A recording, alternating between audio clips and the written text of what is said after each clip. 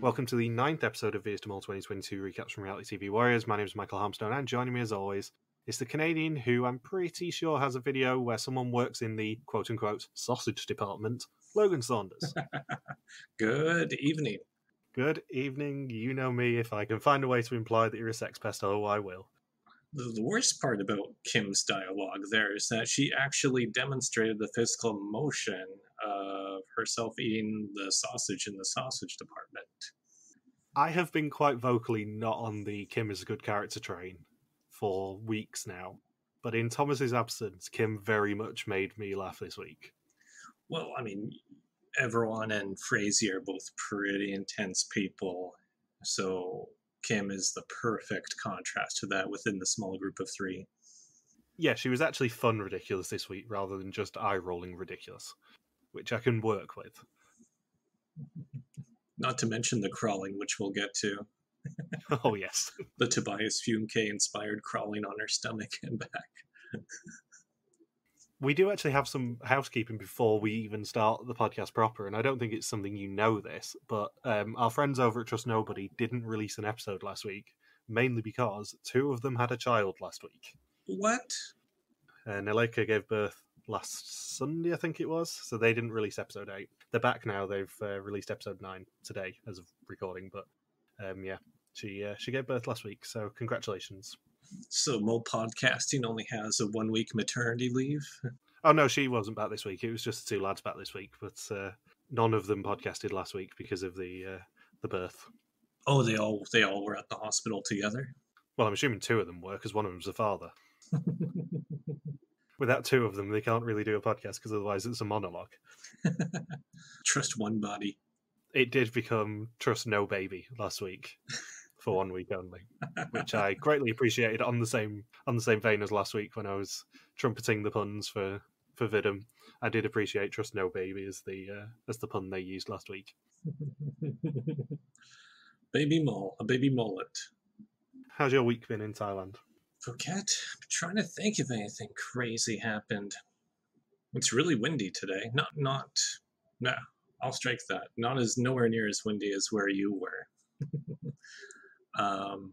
The weather hasn't been all that great. Today was our first beach day in about 3 or 4 days. There was a flash flood warning for the area, but it never came to fruition. We were supposed to experience flash flooding and power outages, but luckily the worst of it was just winds that were about half as strong as what I experienced in Malta. And because every couple of weeks we've been renewing our stay at our current hotel.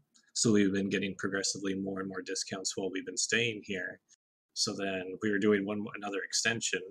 And I was telling Jan, because I always correspond by email with the front desk / the owner. So I thought, what if I ask if we can upgrade to the best possible room for the same price that we're currently paying for our current room? So I decided, it'll be worth a shot. So I email him and I'm like, you miss 100% of the shots you don't take. I couldn't help but ask if we can upgrade since we've been here for so long. And the owner said, yeah, you're right. You do miss 100% of the shots you don't take, so you will be upgraded. So we're upgraded to a room that's about twice as big and has a balcony with a really nice view. So we're probably going to be here for the next few weeks more. That's funny because we originally booked this place for only 3 or 4 days. I remember the time when you used to slum it in hostels, and now you're demanding the best room in a hotel and giving it the big I am and going, don't you know who I am? World famous podcaster, was probably in the Belgian press, not that we've managed to find any proof of it from 3 years ago. But don't you know who I am? I'm Logan motherfucking Saunders.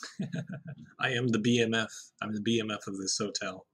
As I was saying before we started recording, I've had a very quiet week, mainly because I'm fully in self-isolation preemptively to not have to get COVID next week when I have to test before I go away. Because as I realised when I was doing all the België admin earlier, now that we actually have the premiere date, which we're going to talk about at the end of the episode, that there is a very real chance when we do the premiere, instead of Where in the World is Logan Saunders, it's going to be Where in the World is Michael Harmstone. We're not going to talk about that yet, because you know where I'm going, but... No spoilers on this podcast. we were probably going to have to talk about it next week because spoilers, next week is going to be a super short episode as a result of me going away.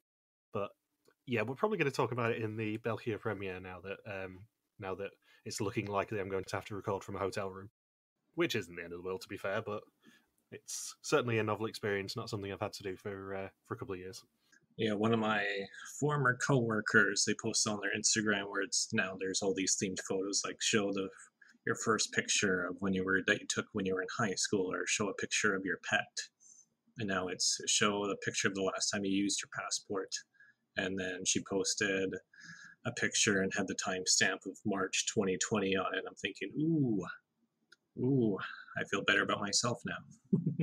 Also, the last time I used my passport, my last passport usage was when I went to Amsterdam for the failed Vidum finale for 2020. And instead I watched it with a friend of the podcast, Liam, in the cinema. Yeah, it's not the worst thing that's happened in Europe in the past couple of years. No, it really isn't. And in fact, weirdly, when I was last away and there was a België premiere, I did actually watch it from an airport in Texas. So I will be also watching the België premiere, hopefully outside of my home, which will be nice. 48 more season premieres of België, and maybe you'll watch a premiere from each of the other 48 states. That'd be nice. But anyway, we're not here to talk about België just yet. That'll be a very long episode at the end of March. We're here to talk about Albania. We're here to talk about Albania, yeah. I'm very surprised we've not done any Albania in the past 9 weeks, actually. For each podcast, when you release it, you're doing an Albania. I am. I was doing it as I was talking to you before we started recording. Did you enjoy this episode as much as I did? Yes. There's actually, usually with final 3 episodes in Vidum, since they never do the reveal the same night, there isn't much room for speculation or much material to review. It's more of just signing up for the final reveal the following week. But this episode, there's a couple of interesting things to talk about. I have more notes than usual for a final 3.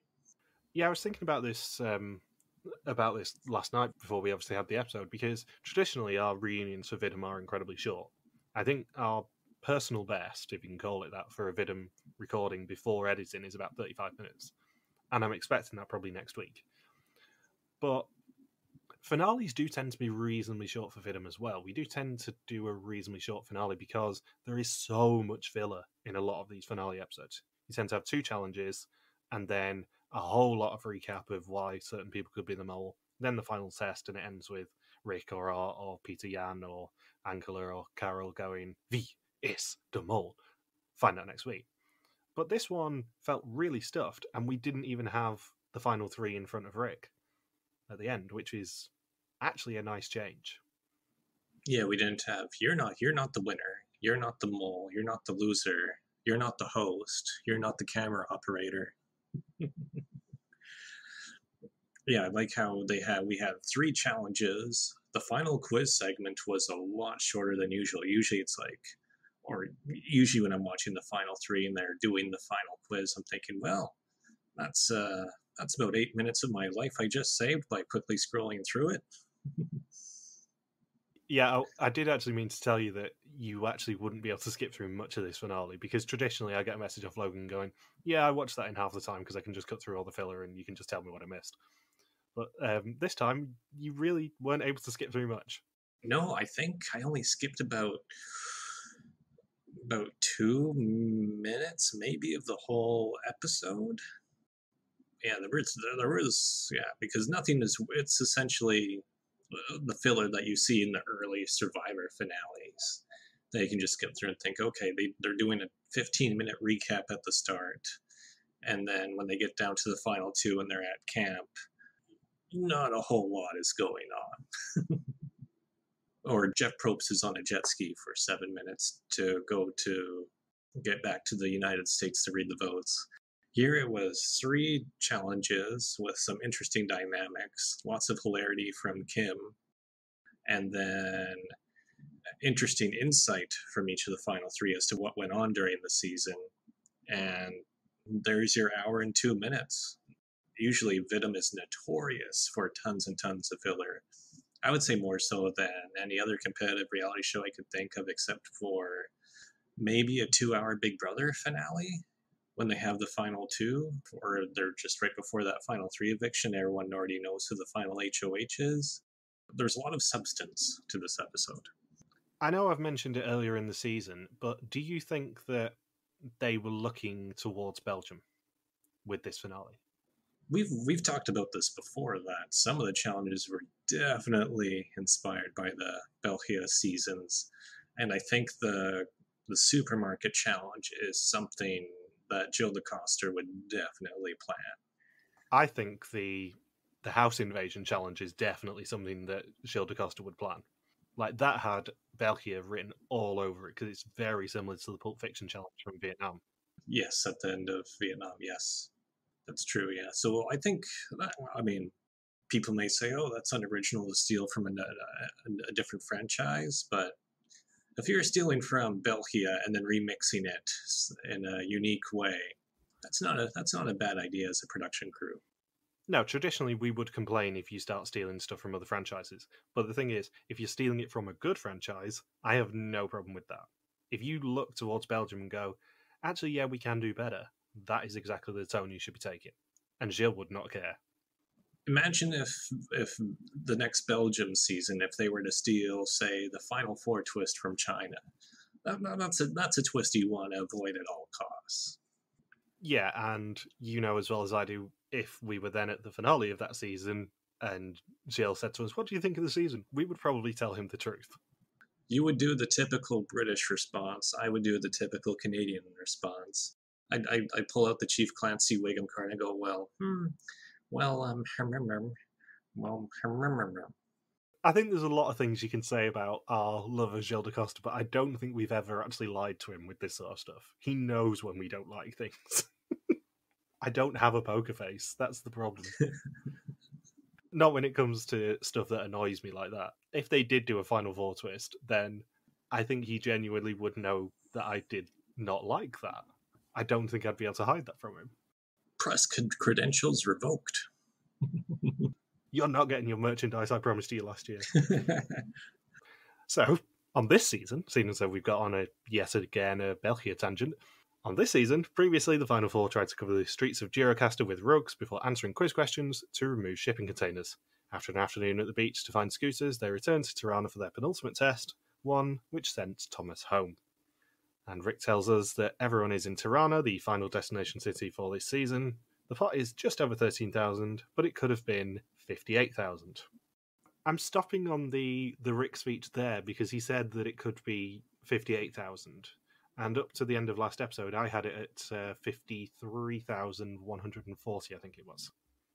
So I was racking my brain to try and work out where the hell did you come up with 58,000. What would the bonus from the premiere? I'm assuming the bonus from the premiere is the correct answer. But also it's a bit weird to add it already. I'm not going to add it till the finale to my numbers, for obvious reasons. So it's a bit weird to add it already, I would say. Because if Arno was the mole, it would be possible 58,000. Yeah, if Arno was the mole, they wouldn't get that 5,000 until next week anyway. I'm guessing you just factored it in because it's already gone. Yeah, I don't know. It's just weird. He also says it could be even lower if everyone is the mole. That is a huge reason for everyone to work hard this episode before the mole reveals their face at a mass ball and the game ends. And the episode title is Betragen, or To Lie or Cheat. Didn't he win Survivor 35? And we begin the episode proper with the finalists toasting with cocktails. Strong cocktails by the look of things, because I think at least two of them sort of recoil as soon as they sip the alcohol. I was thinking either it's a very strong drink or it's really sour, because Frasier has a very classic recoil of, oh God, what did I just pour into my gullet? I think everyone did as well. Everyone really kind of recoiled as soon as he sipped his cocktail, which I'm assuming was a mojito. It looked like a mojito. And I think Kim was in a trance, so it didn't affect her at all. She was in Zen mode. She could have had 5 more shots of that drink and she wouldn't have felt a thing. Everyone says that he's been very close with Frasier since episode 1, so it is great to be in the finale with her. And Kim is also very fun and very out there and very spiritual. And then Rick meets them at the former home of Albania's dictator, who ruled from 1945 to 1984. He says the interior hasn't changed since 1984, and they have to look for money that is hidden inside. However, there is an alarm system. Each of them have 3 lives, and setting off an alarm will cost them a life. However, if a guard sees them, and a guard is summoned when the alarm goes off for the first time, then it is game over. If they lose all their lives, the money that they have collected will disappear as well.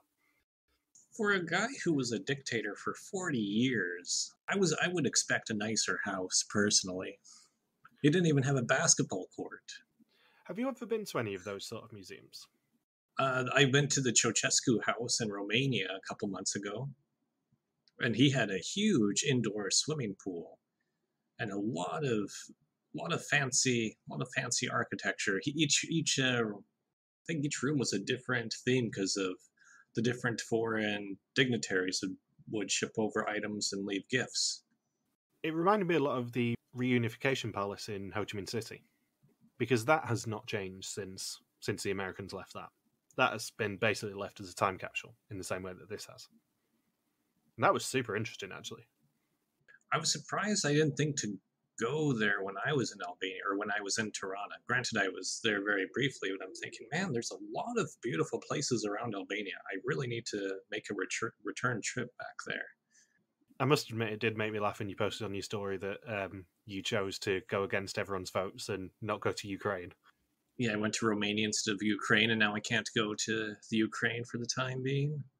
Yep, it's a good lesson. I think it's a good life lesson for people in general, because I had a flight booked to Myanmar in April of 2020, and then the pandemic hit, and then the military junta retook the whole country, so now tourists aren't going back to Myanmar again.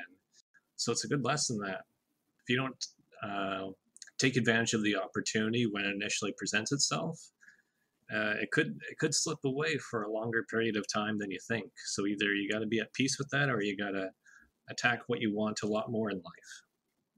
So Frazier volunteers to go in first. Kim and everyone are in a control room, which Kim describes as being like something out of a Scandi noir show, because of all the red string and pictures on the wall and everything like that. It's going to be in BoJack Horseman, when they have the Filbert TV show that they filmed during the season about it. It's about a detective, and they have the red string, and he's trying to link all the pictures of the people he knows together, and he starts linking them up. He's like, I know Diane, I know Mr. Peanut Butter. What are they trying to plot? What do they have in common? And then he puts up a picture of the rapper Common on the wall and attaches it to the red string. So we missed out on that opportunity there to go full-on Filbert reference. Well, it's a known trope, the whole red string, detective losing the mind, that sort of stuff, isn't it? Yeah. What do they have in common? So Frazier enters a room with a lift, which he's told contains money, but there are also 2 alarms in there. The money is in a copy of Pride and Prejudice, but she will need a key to open it. She sets off the alarm and starts running, which sets off a second alarm. However, she stumbles upon the key in the process and gets herself some money. And at the risk of sounding like someone who watches Hunted and moans about it on the internet, could the guards not just see the cameraman to see if they're in the room? Yeah, because were the camera operators moving throughout the house, or do they have cameras stationary and set up in one spot? I don't know, because they were often just pointing the camera straight at wherever the person was hiding. Unless they just had a lot of camera operators to trick the guards. But I wouldn't think it would be so dumb where it's, there's the one camera operator, but I'm just going to ignore the camera operator since I can't see the contestant. I presume that they could see the camera operator and they just ignored the camera operator. It was only if the contestant was actually visible to the guard that they would have got caught, I think. Yeah, I mean, if I was a guard guarding that museum, I think I would have if I really wanted to catch somebody, I could. It would just have a guard just sprint through, kick the doors open. Who the fuck is in my museum trying to break in? I was planning to read Pride and Prejudice tomorrow. Who left the key on the toilet? Who threw away my bookmark? I don't even remember what page I was on anymore. Somebody's going to pay for this. So she then grabs the money from under the phone in the room that she hid in and is told to leave the house. However, she sets off a third alarm and loses the €450 that she had collected. And Frazia's not going to earn much money in this episode. Now, it's a really interesting episode. I said this to you earlier because, jumping ahead slightly, Fraser is very much the top suspect of the Netherlands now. Fraser's on 44%, Averon's on 30%, Kim's on 26%. I don't really suspect Fraser at all this week. And I think it's weird because there was a very obvious clue for Kim if it is her as the mole in this episode. But also, only one person suspected Kim, which arguably means that even though we didn't see the "you're not the winner, you're the loser, you're not the mole" scene, we can pretty much rule out one role for each person already, assuming that the episode is authentic to what we've seen. Because you can pretty much rule out that Fraser is the mole, because it's either Kim or everyone, nobody else suspected Fraser, so you can pretty much rule her out of that, because they wouldn't want to end a season with nobody suspecting the mole. So, assuming that we've been told the truth there, Fraser cannot be the mole. Kim cannot be the winner, because if it's Averon, then she said that Fraser would beat her because she knew all the personal questions. And if it's Fraser, then Averon's likely to win just because of all the questions pointed at a woman. And Averon cannot be the loser because he is either the mole, in which case both Kim and Fraser are correct, and one of them will win. And if it's Kim, then he wins by default because Fraser didn't pick Kim. So you can pretty much rule out one role for each person already, even though we actually haven't seen the "you're not the winner, you're not the loser, you're not the mole" scene. Has the Dutch public ever picked somebody who's not suspected at Final 3 as the mole before? I don't know. I would have to go back and look through the stats on that. Because that seems like a really dumb thing for a lot of people to do. For the majority of, or for almost, what percentage is Fraser at amongst the Dutch public? 44%. Yeah, because we've covered quite a few Venom seasons now, and I can't think of a time where at Final 3 we had the number one suspect was somebody who's not even picked on the final quiz of the whole game. That's really odd, and it's really odd that it's 44%. That's not exactly Vidum, Georgia, where it was, 36, 33, 30% spread? Yeah, they were all within, 5% of each other in Georgia. Yeah, 44% is a pretty big jump. I think the reason that Fraser got so much suspicion a couple of weeks ago is because she still had the exemption at Final 5, so we knew that she was going to get through to Final 4. So a lot of people put their points in the pool on her, knowing that she was not going to go home and they wouldn't lose points. I don't know why she's on 44%, because I don't even think she was the most suspicious person this week. I would say that Kim was the most suspicious person this week. Yeah, it's just so difficult to get through a whole... Well, it's never happened before where no one picks them all at Final 3. I would love to see that happen just once. Just once I'd love to see it happen and everyone react to the legacy of the season with a mole that was never caught or never unmasked. But I don't get the feeling it's going to be happening this time. Do you think that a season would go down in your estimation if nobody got the mole?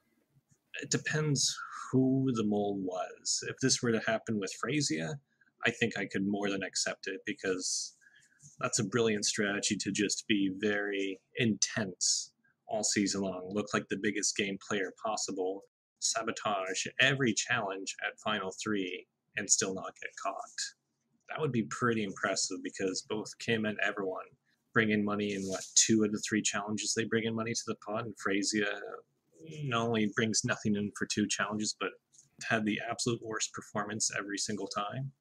Yeah, Fraser did pick up some money in the supermarket challenge. But she screwed up more than anyone else did, though. Yeah.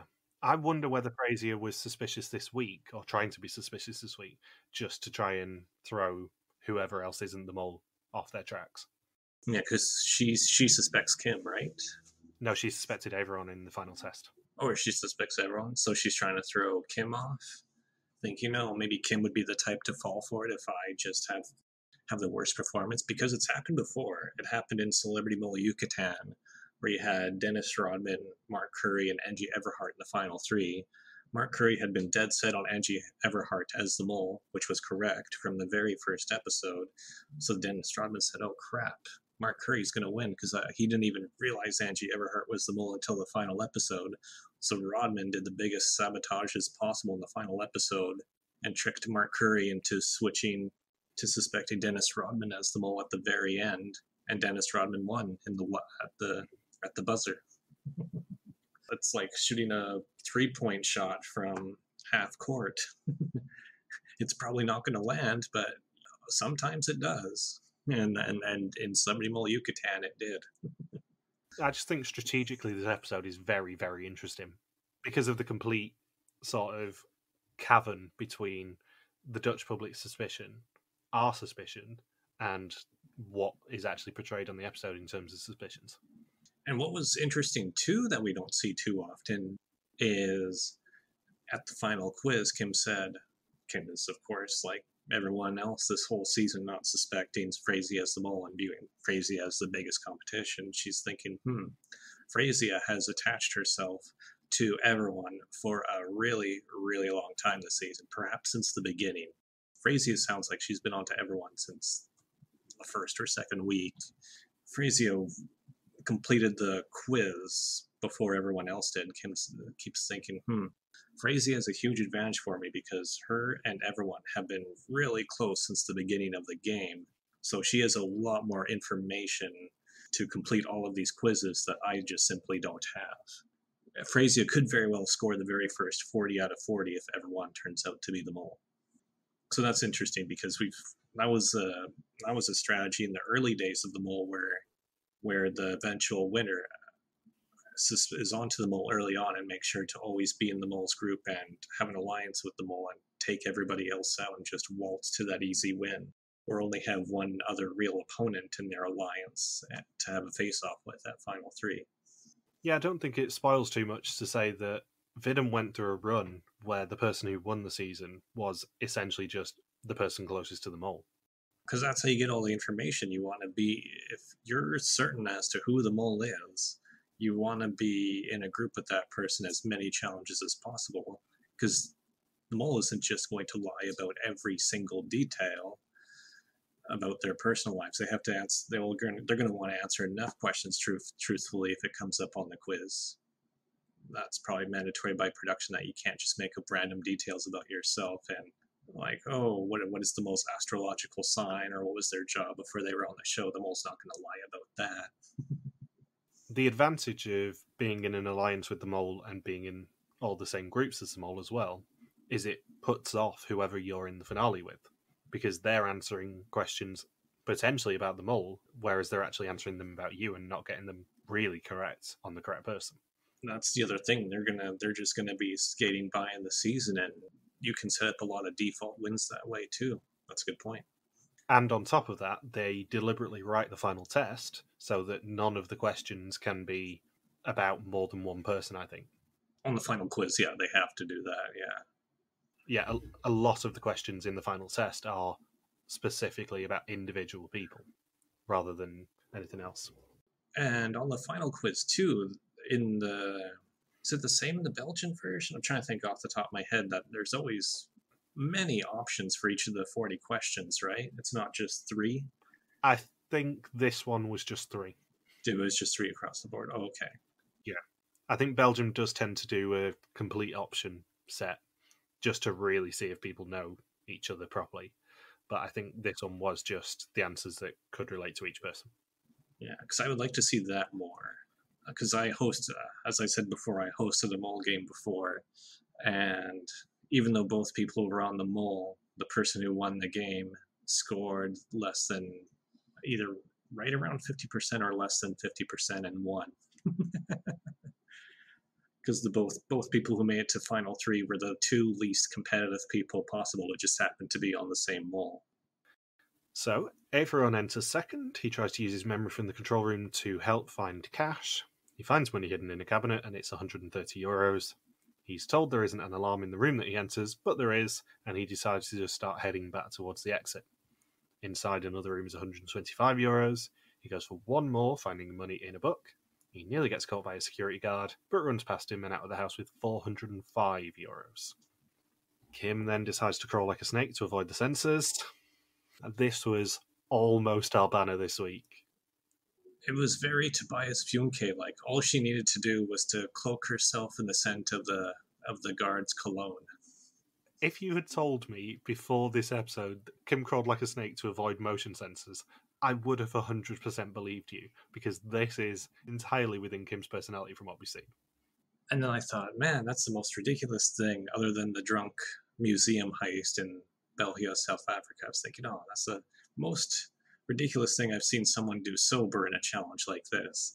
And then she tops it by by crawling on her back like a cat with a really itchy back. No, I think her slinking past the motion sensor later on is even funnier. When she's just crawling, pushing herself against the wall. Like, that's funnier, I think. It was pure comedy gold. Yeah. This is the sort of challenge they need to do more frequently, because it was very entertaining from everyone, including everyone who is a bit boring. It would have been funnier if her shirt was all tattered from the way she was crawling and just have 10 holes in her shirt and severe rug burn. Her skin's all torn up too. Well, yeah, if this had come from like the 80s, there would have been a lot of shag pile carpet. She could have caused some static electricity there. It would have been quite dangerous for her, potentially. That was the dictator's way to discourage people from burglarizing his residence. It's like a whodunit death. You just have to make sure that she hasn't been sprayed with benzene beforehand. Odorless benzene. Wow. I miss Giles. So do I. Congratulations, Cam. Congratulations, Lindsay. My brother, who does not watch reality TV anymore at all, he still references "Congratulations, Lindsay," and I bet you he can't even recall what the TV show was that he saw that on. Honestly, if my friends at Jam Presents hadn't done a podcast on Whodunit, I would have been very tempted to make that a Historians one, because I loved Whodunit. It knew how ridiculous it was as a program. And it would just be me for an hour a week doing impressions of Giles, because I love Gilbert Jackson so much. He's the best. What was the funny thing from this challenge is when he high steps over one of the sensors, and Kim is legitimately angry and annoyed that he didn't use the stool, as if he broke some sort of etiquette. Like, oh, don't you know when you're sneaking into a dictator's house that you put the stool down to avoid the sensors? You don't high step. Come on, everyone. Use the conveniently placed planks that we've put near the room. And then Kim and Frazia warn everyone about one of the alarm locations, and everyone just blatantly trips it anyway. Oh, yeah. Yeah, he doesn't care. Yeah, he set off, let's see. And then he was talking out loud to himself, which would have possibly led to being captured by one of the guards. And he was extremely loud when he ran out of the house too. And oh yeah, we already talked about all three of them in the house. Oh yeah, Kim compares retrieving the money like finding your Easter egg basket. Yeah, she finds €210 in a desk. Then Frazia describes her as a fanatic professional burglar. Then she finds more money hidden under a couch cushion, totaling €175. And she enters the room slowly and outsmarts the motion sensor. And then finds another €180 hidden under a clock and is told to get out of the house. I like how everyone and Frazia both have reasonable descriptions for their rooms. Kim's description for one of the rooms was, "I'm in the room with the scary TV. Does it have vampire teeth on it? What's a scary TV? Is there an alien head on top of it that's mounted? What makes it scary?" I also think it's very, very interesting that we know how much Frazia lost, because there is a glimpse at one point of the map in the control room where they've stuck post-it notes on to say how much each person got in each room. But Frazia has one that says 220 and €230 to total 450 that she lost. And that's how I know the values of each room that Kim and Averon got here. But there were only 2 euro signs not picked, and I think they total over €450. So I'm wondering whether the mole didn't collect all the money in one of the rooms because they would have been completely unattended. It's what I would have done as a mole. Or whether there was just a big money one that they didn't end up picking up. Yeah, I would assume if I was the mole, I would just say, "Oh yeah, I collected some money and then left, say, 100 or 200 euros behind underneath the couch cushion." Or knew which room to not really go into that had a lot of money. There was 580 euros not seen in this challenge. Yeah, that's a fair amount given how well they did during this challenge. Yeah, Fraser picked up 450, everyone picked up 405, Kim picked up 565. And then we move straight into the supermarket challenge because we have a whopping 3 challenges in this episode. Oh, there's something far more interesting at the end of this challenge first, which is the fact that Kim escapes with her money, giving them a total of 970 euros of 2,000 for the challenge.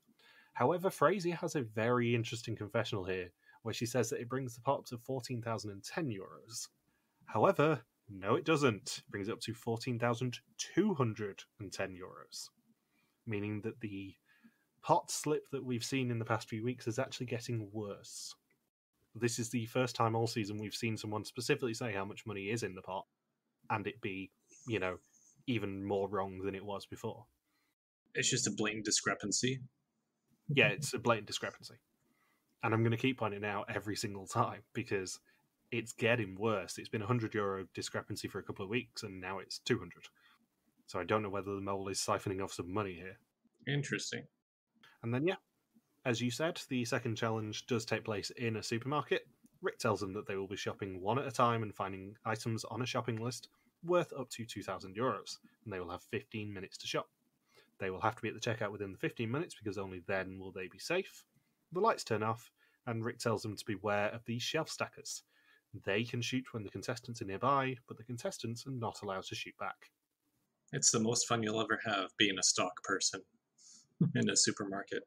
This is a very fun challenge, and as someone who has worked in a supermarket, this is exactly what you want to do to some of the arsehole regulars. You want to shoot them in the face with a laser gun. This is what would happen at the start of the pandemic. The lights are out and there's still people trying to smuggle 24 rolls of toilet paper out of the supermarket. It's 2020 all over again. Because I'm not exactly the smallest person in the world, I used to be the one who stood on the door at like 10 to 4 on a Sunday evening when we were closing at 4, and basically turn people away and go, no, why have you not planned better? You're not coming in and getting a full shop, you can start off.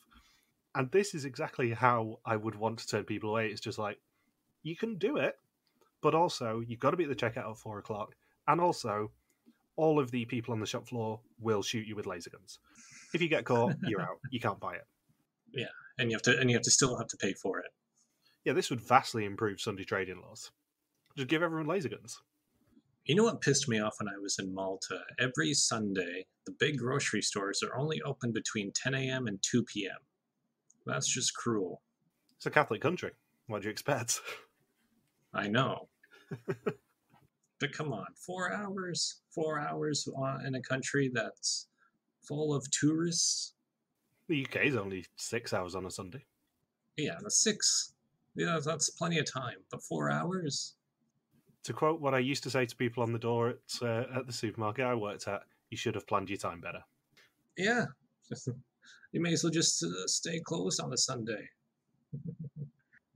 You would not believe the amount of people for whom the world ends when they realise that, they can't shop whenever they want on a Sunday. Well, yeah, on Sundays at the pharmacy where I worked, the whole store was open for we were only open for 9 hours instead of 12 or 13 like we normally are during the week. And that already pissed enough people off as it is.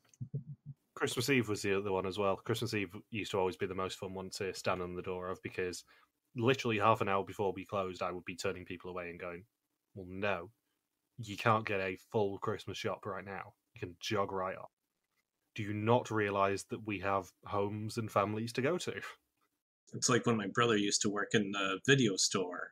They decided to be open on Christmas Day, and he would have customers come in and say, oh, it's terrible that they make you work on Christmas as they're renting their movie. And then my brother would say, well, if you didn't come in here on Christmas Day, the managers wouldn't even want us to be open because then they're not making any money. I'm only working Christmas Day because you're coming into this store on Christmas Day. Yeah, I, as you might have guessed, have absolutely zero sympathy for anyone who leaves it to the last minute on a day when they know stores are going to be closing early. Because I have been on the other side and it's just like, no, not a chance. I think the people who are at the elimination villa from this season, I think they were very upset to miss out on the 2 bottles of wine for the price of one at the supermarket for this challenge. This challenge, I think more than anything, just had personality. That's what I really liked about it, is the fact that they just remembered it had to be fun. And that's something I think we can say about a lot of this season, to be fair, is the fact that they've remembered that being on the mole should be fun and you should enjoy yourself.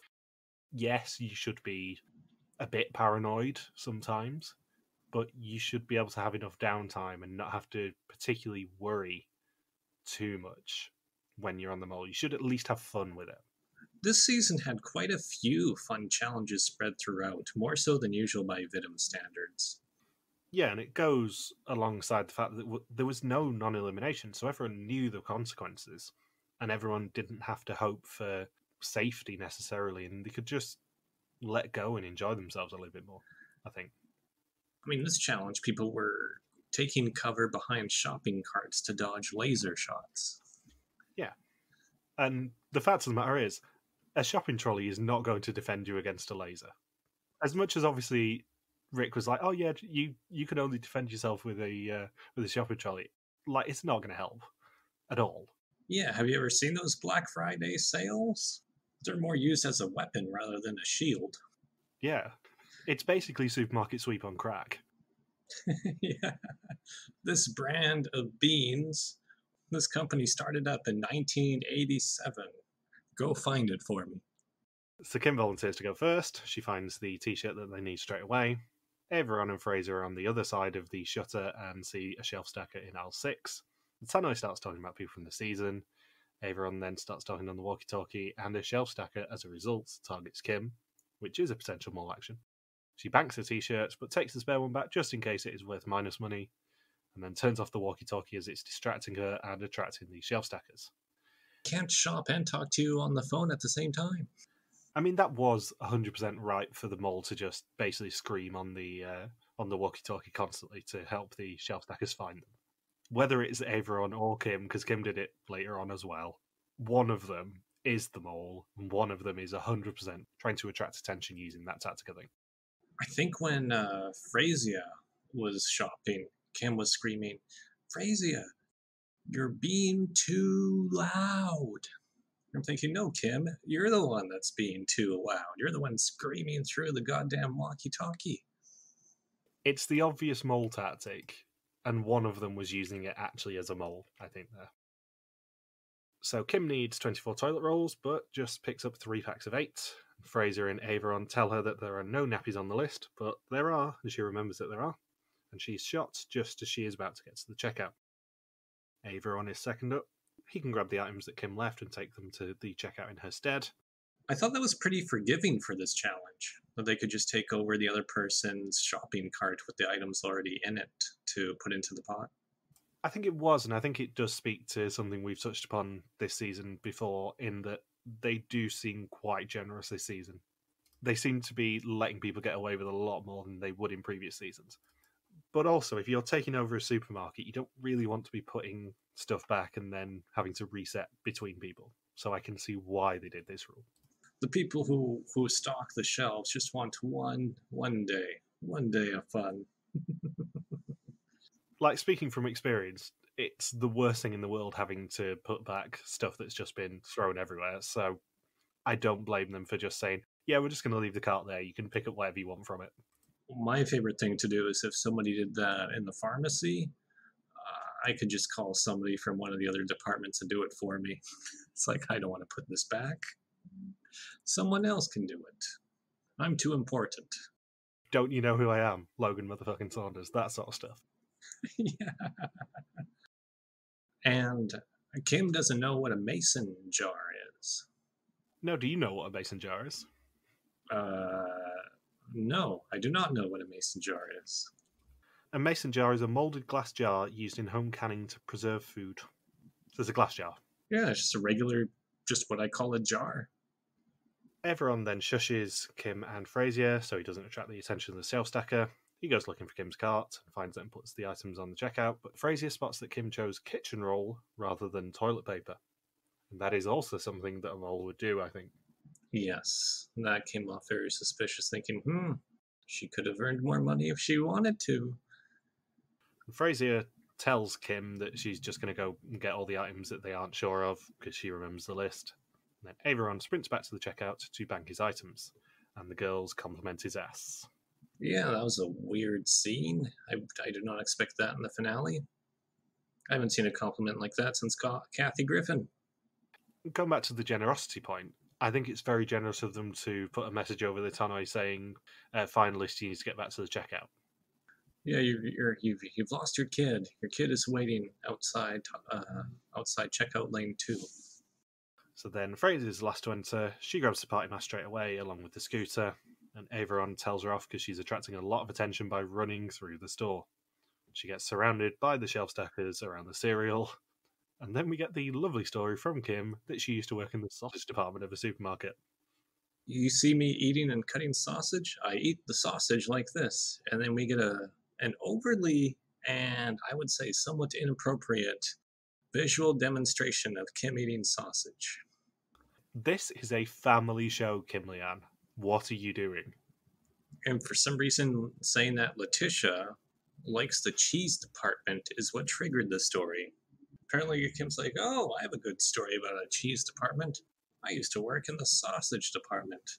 I was transferred away from the cheese department. I was way better handling sausage in my hands. So Frasier comes back with only 8 toilet rolls and is corrected by Kim and Averon, and she's shot just before she gets back to the checkout. If she had 24, that would have been money. It would. Rick meets them afterwards and tells them they got 6 of 30 items for a total of €325 of 2,000 for the pot. There was clearly some sabotaging by the mole in this challenge. The fact that it was just 6 out of 30, even with the forgiving rules of overtaking somebody else's shopping cart. And, I mean, there were a lot of mistakes made. They were really loud on the walkie-talkies. Everyone was way too frantic. Everyone was having verbal conversations with the person at the checkout counter, which would attract even more attention. And the fact that they made mistakes on 2 of the 6 items that they ended up banking, right? Because the t-shirt got returned. They got kitchen rolls, and then they got 8 rolls of toilet paper instead of 24. I think Kim sabotaged this challenge because she brought 2 t-shirts to the checkout and then took one away. It's very easy for a mole to take the right t-shirt away there. And she got the wrong toilet paper, which then meant that Frasier had to go back and get it and get herself caught as a result. She was very loud on the walkie-talkie. I think she was the most suspicious in this challenge. And then everyone was loudly shushing Kim and Frasier on the walkie-talkie while it was his turn too. His shushing was louder than Kim and Frasier's voices. Yeah. So it was very suspicious from everyone apart from Frasier, I think, this challenge. But the crazy thing is that Frasier was the only one who didn't bank any items, right? No, she got the scooter and the party mask. She got at least €150. And what's her pot total? You're making me work for it now. 14,535 would have been the total after this challenge. Not 14,335 like they showed on screen. Nope, 14,535. And then who knows if they would have been deducted after Frasier suggested they have a midnight snack from the items that they bought. Well, there was the suggestion that they might have got deducted for wrong items, but I don't think they would have. I think it just wouldn't have counted. Yeah, I think that was... Who spread that? Who originally said... Yeah. So Kim just made up that... So that could be another mole action too, just saying, oh, we have to get it exactly right, otherwise money gets deducted from the pot, and then that could make Frasier and everyone really anxious and focus on details that don't need to be memorized. That was her excuse for taking the second t-shirt back, was that she didn't want to risk minus money. So the final challenge, given this episode is nice and efficient, takes place at the aptly named House of Leaves. It's a museum of espionage, but was formerly used by the Secret Service to put pressure on citizens during the communist times. They will be monitoring 5 people, only one of whom has the money for the pot, Once they think they know who it is, they can go outside and track them down, and they've got 45 minutes of spying time to decide who it is. Everyone takes the helpful information from Rick, on which it says Vista Mole 1122. Inside the envelope are 6 sheets of paper with holes cut out. They have to overlay these on Dutch text to read the words and get their instructions for the challenge. I like this challenge.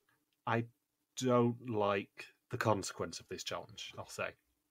I think taking money out of the pot, removing it, is quite cruel for the final challenge, especially when there's a 50-50 shot, I would say, that they're going to lose 5,000 euros out of the pot next week. Yeah, it sort of puts a dampener on the end of the season if they go from 14,535 to 8,535 in the space of 20 minutes of TV. Because that would make it the lowest pot ever, right, if they lose the 6,000? Yeah, the only pot that's ever been below 10,000 in a normal Vidum season is last year. And that was only just below 10,000. That'd be a crazy gut punch, because the 14,535 is the highest amount they've had since Oregon. It's higher than China, definitely. I think China was abnormally high, actually. Georgia's the most recent one that's above that. Okay, so one season afterwards. Yeah, Georgia was 17,750, including Ruben's 2,500 bonus. But yeah, this would be cruel if everyone turns out to be the mole and they lose 6,000 euros after the final challenge. Yeah, it would be. It'd be a gut punch for the season, I would say. And if that did happen, I would probably not be particularly happy with production next week, just because I think it's a bit mean to set up your final challenge as being plus 2,000 or minus 1,000, and there'd be no middle ground. Yeah, I think what you have to do they've done in other seasons, where you want to have a challenge that can be worth a lot more, not you're going to lose half of what you've earned in this one last challenge after you worked so hard for the past 18 days. The other element of it is the fact that it's the only time this season we've seen any minus money as well. We've not seen any red notes during the season until this point. Yeah, that's a bizarre thing too, that they go from being so forgiving every single challenge for, 9 episodes? Maybe there was one challenge where they were somewhat mean to the contestants, and then the final challenge they lose 1,000 euros, and then a twist that happened on the very first day and just comes back to haunt them 18 days later and takes away another 5,000. The only time they've lost any money in this season was the first challenge in episode 7, and that was the one where Rick ended up giving them like 25 euros in the end, because that's all they could afford. Yeah, that's such a weird thing to do for a season that's been so fun for the most part. Yeah. So inside the envelope are these 6 sheets of paper. Frasier finds one which has the information of a bodyguard, someone who monitors and protects will be in espionage terms called a babysitter. Kim gets information which explains the rest of the assignment, as well as a definition of a different type of spy. Someone who creates a fake passport and other documents is called a cobbler. Everyone gets the definition of a bridge agent, someone who functions as an intermediary between agents. Frasier gets a birdwatcher, someone who watches everything closely. Everyone gets sleeper, someone who acts alone in a dangerous situation. The sheet that Kim found also tells them to identify the roles of the 5 people, then find their pictures, and then use a black light on the back of the pictures to spell out who has the money. And all 5 of them essentially just sit there and do nothing. There are, I would say, less than subtle clues as to who is what role. For example, the sleeper agent is the person who falls asleep. How would the sleeper agent guarantee they would fall asleep? Are they taking Zopiclone? Or do they suffer from narcolepsy? How do you know for sure they can reliably fall asleep during this challenge? I think it might be acting. Just pretend to be asleep. I think it's just playing make-believe. Well, if it's just pretending to be asleep, I wish the person would have done the most exaggerated snoring possible, and have night terrors in their sleep and start kicking and punching, start drooling from the sides of their chin. They didn't have any audio, so he could have just been absolutely snoring his head off, but we just didn't hear it. Start sleepwalking across the room. The best thing would have been if the sleeper would have been the correct answer, and then they'd gone to his house and woken him up. Yeah.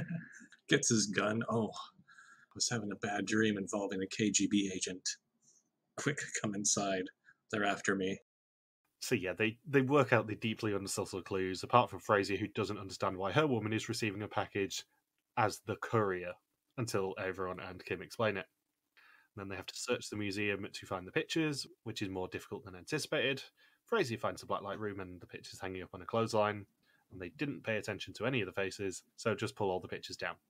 There is an obvious tactic as a contestant in this challenge, and that is look at all the pictures, work out which pictures are the ones that spell out each of the names, and only take those pictures with you if you're not sure.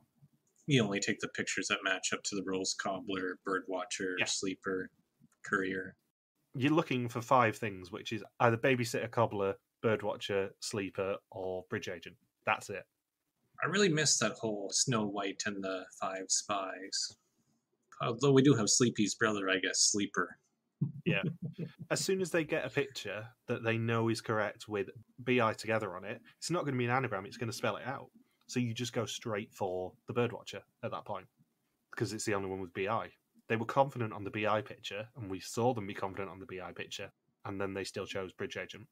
And then Kim had an interesting confessional where she said, "Oh, we took down so many pictures and we had extra letters, so it was tougher to figure out a word within those letters."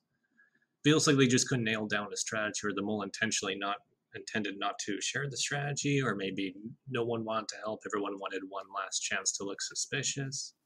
Interestingly, as well, we did see that they dropped the picture of the correct person. They dropped the birdwatcher's picture on the floor. Oh, that's a mole action, I would assume. Yeah, because it was the one picture that we saw had been dropped. They focused on it. Either the mole dropped it and the other 2 people know who the mole is and decided not to say anything, or one of the contestants dropped it and the mole didn't say anything. I think that the mole deliberately dropped it and hid it because it's the one person they need to find. Birdwatcher was the correct answer, and it was the birdwatcher whose picture was dropped. That is not a coincidence. I wish the birdwatcher, we would have been able to see the birdwatcher just throw out breadcrumbs in the middle of their living room and have a flock of pigeons inside. So they return to the blacklight room with not much time left to read the letters. They try and make a word and settle on bridge agent, even though that wasn't even the role, it was courier. And they head to her location, or at least try to, and they have no money or maps. Frasier managed to convince someone to use Google Maps and get directions for them. They arrive at the house and she opens the door. She hands the envelope over, and it contains minus €1,000 for a total of minus 1,000 of 2,000 for the challenge, €295 of 6,000 for the episode, and 13,535 of 59,540 for the season so far, plus 250 that Kim has hoarded. Couldn't they just reject it afterwards and say, "Oh, there's minus money in here. Let's just flush it down the toilet," or say, "Oh," hand it back to the courier and say, "Oh, you touched it last." I'm not sure that's how it works. Although, from a production point of view, with it being Vidum and them loving the physical cash, whenever they find minus money, Rick immediately demands the €1,000 or whatever back. There's no opportunity for Rick to take the money back. I guess it's better than opening an envelope full of anthrax. Well, yeah, most things are. There isn't a lot on Vidum that is worse than opening an envelope full of anthrax. Maybe apart from being around your own. What was interesting in this challenge, too, is that when they were identifying who was who in the initial surveillance, everyone and Kim figured out who the people were that they had under surveillance. They found all their people before Frasier was able to identify one. She needed everyone and Kim's eyes on the screens to figure out who was who. That was quite interesting to see as well. That she just is trying to be as incompetent as possible in all 3 challenges. Yeah, I think she's deliberately trying to sabotage. Yeah. And then no one had a sense of urgency in this challenge. It seemed like they were really taking their time. No one was frantic. I think that's quite emblematic of the season, to be fair, is the fact that nobody was really that arsed. Nobody was rushing. Nobody really minded. So Rick says that everyone has reached the end of the road now. For the mole, there are no more sabotages left, and for the candidates, no more challenges. Frasier thinks that Kim is also on Averon, so it will come down to knowledge, and she hopes that she will win. Averon says that he prepared and can remember everything. He didn't want to risk his mole being stolen during the season, so he has committed it all to memory. And now for the potential clue for Kim. Frazia has her notes, Kim has her tarot cards, and we see a close-up of everyone's Celtics jersey before they go down to the final quiz, and everyone, instead of putting on the Celtics jersey, he puts on a nice mustard shirt, buttoned up as if he is Dwight K. Schrute from The Office. The weird thing about this scene is Kim's tarot cards. Because did you notice the one that they focused on? Nope. So it's a card called All That Glitters, and it was a pile of coins, sat on top of which was a Venetian mask. And that mask looks awfully like the one that the mole is wearing next week. That's a pretty heavy coincidence, if it is a coincidence. Yeah. It's literally the only thing that is kind of making me think her this week. In a vacuum, I think I probably would have gone Averon for my number one suspect this week just to cover my bases so I can say I got the right mole at some point this season no matter what. But it's not. The problem I have is the fact that they quite heavily pointed to it being Kim, if that is a clue. Kim is the mole. It's going to be very interesting to see how they justify it in the reunion show. It's going to be reliant on a pretty heavy explanation as to everything she did, or what the overall strategy with having her be the mole or hide the money that everyone knew that she took. I said this a few weeks ago, but I would rather it wasn't Kim who was the mole, but I have a horrible feeling it probably is. That's what it boils down to. Is I would rather that it wasn't her, but I think it probably is. So it's now time for the final test. 40 questions on the identity and actions of the mole. Whoever knows most will unmask the mole and take home the pot that currently stands at €13,535. And in another België vibe, they do the final test together. I can't remember the last time that I saw them all in the same room doing that final test. Yeah, they're typically sequestered from one another. It's good to see. I think it's, again, if you're going to steal an idea from another franchise, best be an idea from Mr. Gilles de Coster. Yeah, I still think that they should go one step further and do the België style reveal of the lights going off and the winner's light coming on and all that sort of stuff. But I'm not going to quibble on this too much. I'm perfectly happy with them just taking an element of it for now. So Frazia says that she went into the laser game with Averon but went out early, unlike Averon, who was in there for ages but got no money. Kim has been on Averon's radar since the face first drop. She hid the €250. Kim saw Averon work hard with the statues, but the eagle was dropped to try and lose money. In the exemption route, Frazia started looking at Averon differently. He told Thomas that he didn't trust him, even though the challenge was all about trusting each other.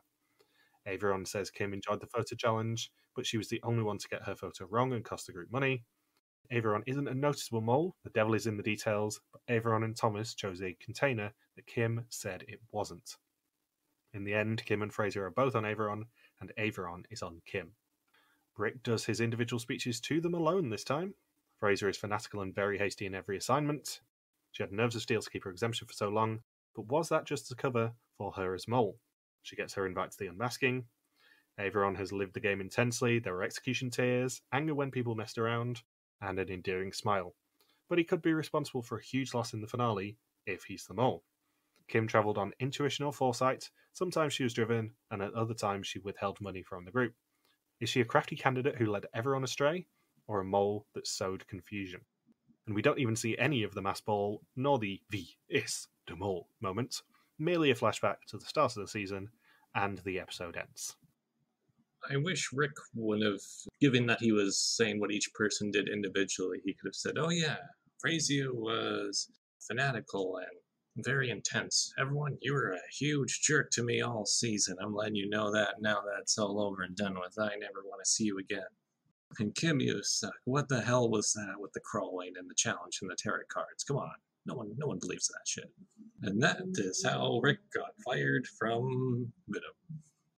So next time, alongside a specially invited audience, the mole is finally unmasked. I'm guessing you still think it's Averon then? Yeah, everyone is still... Has he been my top choice every week? He wasn't your top choice in week 1, definitely. Yeah, I know, because of Glenn. So he Good has old been your Glenn. top suspect ever since week 2, when Glenn went home. And during that week, everyone was my number 2 suspect. Yes. You've had everyone in your top suspects every single week. One lousy slot away from a perfect score, if he's the mole. I also have to point out that in me being a gloaty bastard, I pretty much did the same thing with Leonard last year for België. I was 2 off a perfect game with Lenny last year as mole, and he was in second spot for both of those weeks. So I get to one-up that potentially. Yeah, potentially, if everyone is the mole, which, sadly, thanks to that clue, I don't think he is. As our good friend Marika said last week, I would be pleasantly surprised if it's Frazier. I'd be reasonably happy if it's everyone apart from your incessant gloating next week. I fear that it's Kim. I am going with Kim this week, purely because of the clue pointing to her. I've been waiting for, appropriately for someone like Kim, a sign of it being her, and I think we finally had the sign that it is her. I don't think I'm going to be very high on her as a mole if it is her, though.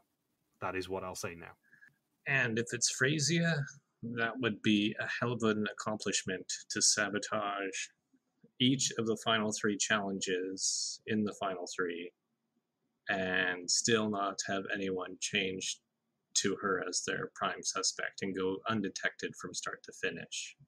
I mean, because in retrospect, if she's the mole, there's going to be a lot of signs that she was, not to mention the fact that she was very brave in carrying that exemption all the way to the final 5 and not seem phased in the least about going home.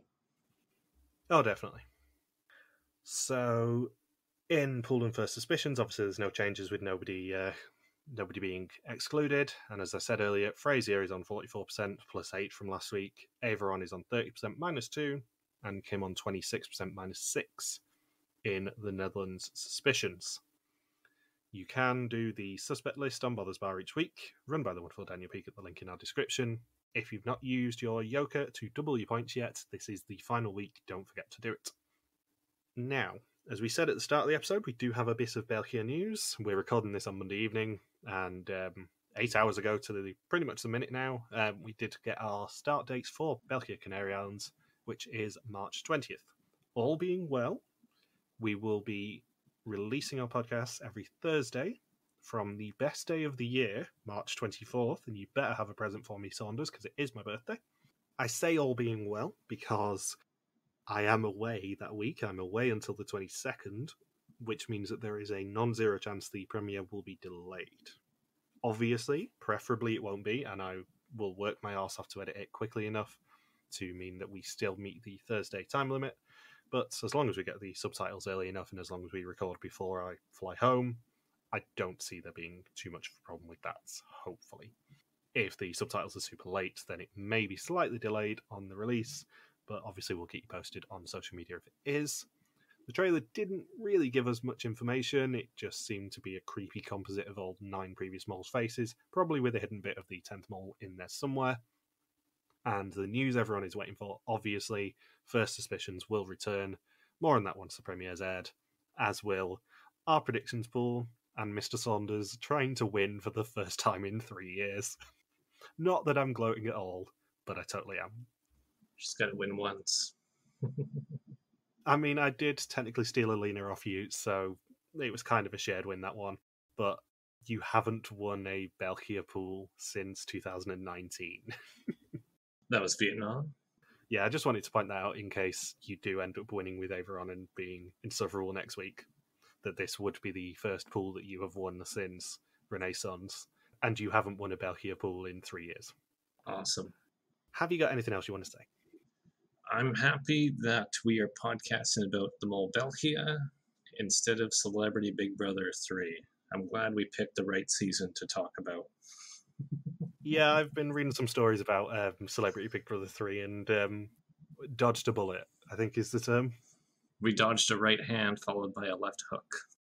So, thank you for listening to our Vista Mole 2022 recap. We'll be back next week to conclude the hunt for the nearest mole in Albania. Don't forget you can contact us on Twitter, Facebook, YouTube or Instagram, where we are RTV Warriors, or you can email us on contact@rtvwarriors.com. Logan is on Twitter at LuxPagwaki, and I'm MJ Harmstone. Thank you as always to Marika for the subtitles. We'll see you next week for the final time this season to discover who the mole actually is. Peace out and just chill till the final of Flavoring. You nearly forgot it was the final one. The finale. Up the finale. Congratulations, Lindsay.